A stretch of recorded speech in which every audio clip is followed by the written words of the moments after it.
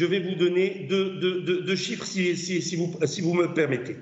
La dernière lettre de l'Organisation mondiale du tourisme parle d'une prévision de perte d'emploi de quelque chose comme 200 millions d'emplois dans le secteur.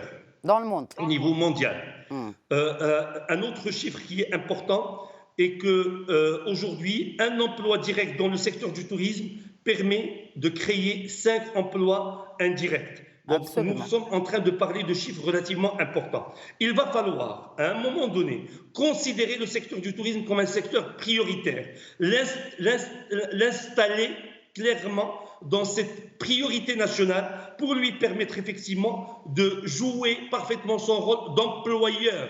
Le secteur du tourisme est non seulement un secteur employeur, mais c'est également un secteur transversal qui touche à d'autres secteurs de l'économie. Et donc, il est très important de lui permettre de se maintenir. Pour se maintenir, nous sommes incapables, nous professionnels, de le faire tout seuls. Nous avons besoin d'être accompagnés.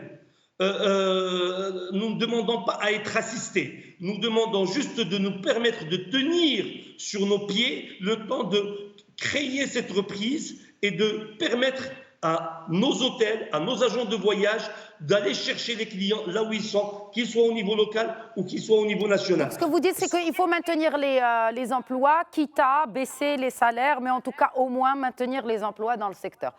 Écoutez, baisser les salaires, c'est pas ce qui va résoudre le problème. C'est une des demandes qui a été formulée.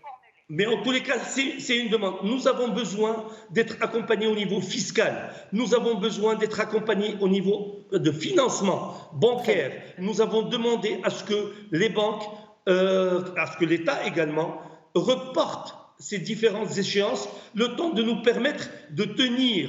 Vous savez, un transporteur touristique, quand il achète un autocar à 2 millions ou à 3 millions de dirhams et qu'il doit payer la mensualité à sa banque alors qu'il n'a pas un seul dirham de chiffre d'affaires réalisé pendant toute cette période, ça pose un problème. Et donc, si nous n'avons pas cet accompagnement aujourd'hui et des banques et de l'État, nous risquons effectivement de perdre beaucoup d'emplois et nous risquons de perdre de la compétitivité